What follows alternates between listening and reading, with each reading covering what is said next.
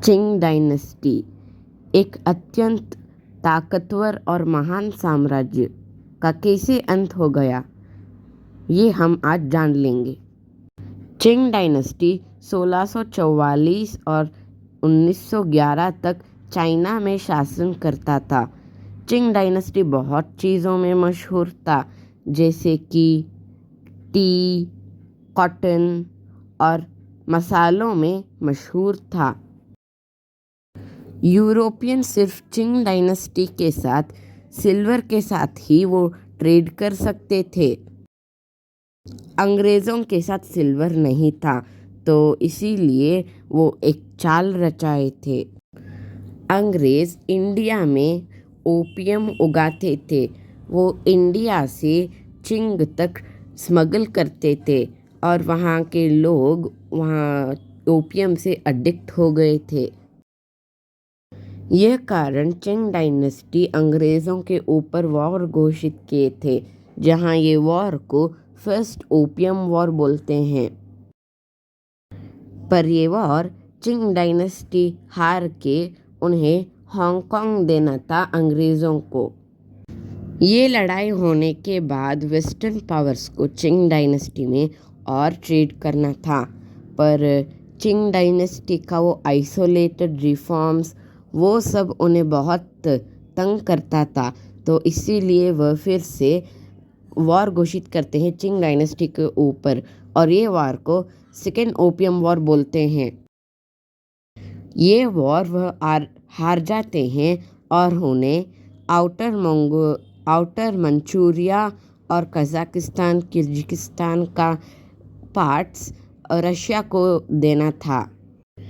ये वॉर होने के बाद चिंग डायनेस्टी में एक अत्यंत बड़ा हानि करने वाला रेबेलियन होता है, ताइपिंग रेबेलियन, क्योंकि एक आदमी आके बोला था कि वो जीसस क्राइस्ट का भाई था, तो इसीलिए वहाँ के लोग गुस्सा हो गए और चिंग डायनेस्टी में भी एक सोशल कास्टिज्म वैसा 100 साल पहले जीता था चिंग डायनेस्टी, तो इसीलिए मॉडर्नाइज करने को ये रिबेलियन शुरू होता है, जहाँ चाइना में ताइपिंग हेवनली किंगडम एस्टैब्लिश करते हैं।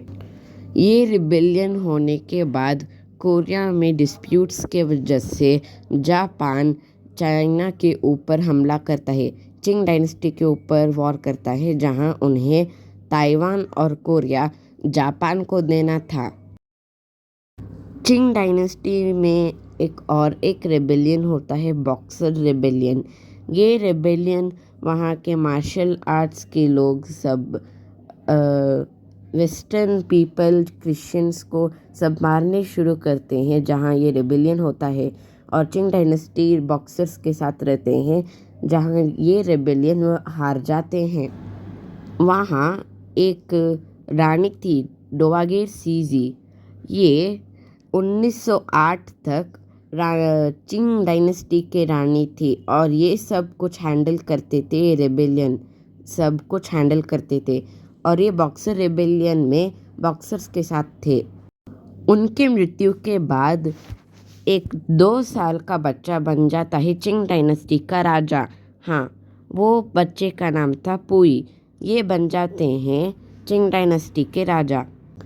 इनके राजा बनने के बाद एक रेबेलियन होता है, सिन्हाई रेवोल्यूशन। ये रेवोल्यूशन चिंग डायनेस्टी को अंत करता है। चिंग डायनेस्टी का अंत करने के बाद चाइना में एक रिपब्लिक स्थापित करते हैं, और वो रिपब्लिक स्थापित करने के बाद कुछ देश भी उनका आज़ादी घोषित करते हैं, जैसे कि मंगोलिया और तिब्बत। वो रिपब्लिक बहुत कमज़ोर था, तो इसीलिए चाइना में दूसरा रिपब्लिक स्थापित करते हैं।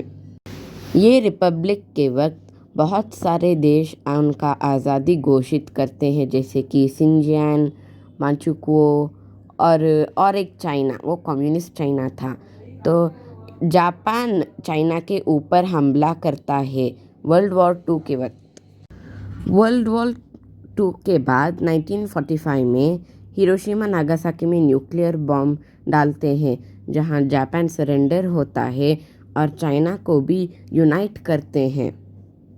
ये वॉर होने के बाद चाइना में वही दूसरा रिपब्लिक स्थापित करते हैं जहां चाइना में एक यूनिटी रहता है पर लंबे समय तक नहीं। चाइना में एक कम्युनिस्ट गवर्नमेंट और एक नेशनलिस्ट गवर्नमेंट आपस में लड़ते हैं। चाइना में कौन रूल करेगा वो देखने को। आखिर में ये नेशनलिस्ट गवर्नमेंट को ताइवान को खदेड़ के तिब्बत को हमला करके चाइना में एक कम्युनिस्ट गवर्नमेंट स्थापित करते हैं। माओ जेडोंग थे चाइना के फर्स्ट चेयरमैन।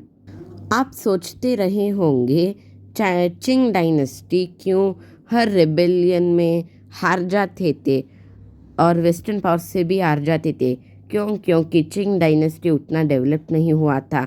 जहां और एक दुनिया में 1812 में ही कैमरा को इंट्रोड्यूस कर चुका था। चाइना में तो 18वीं शताब्दी के अंत तक भी पेंटिंग्स ही यूज़ करते थे। तो यही था हमारा वीडियो। इस वीडियो को लाइक कीजिए, शेयर कीजिए और मेरे चैनल को सब्सक्राइब कीजिए। धन्यवाद।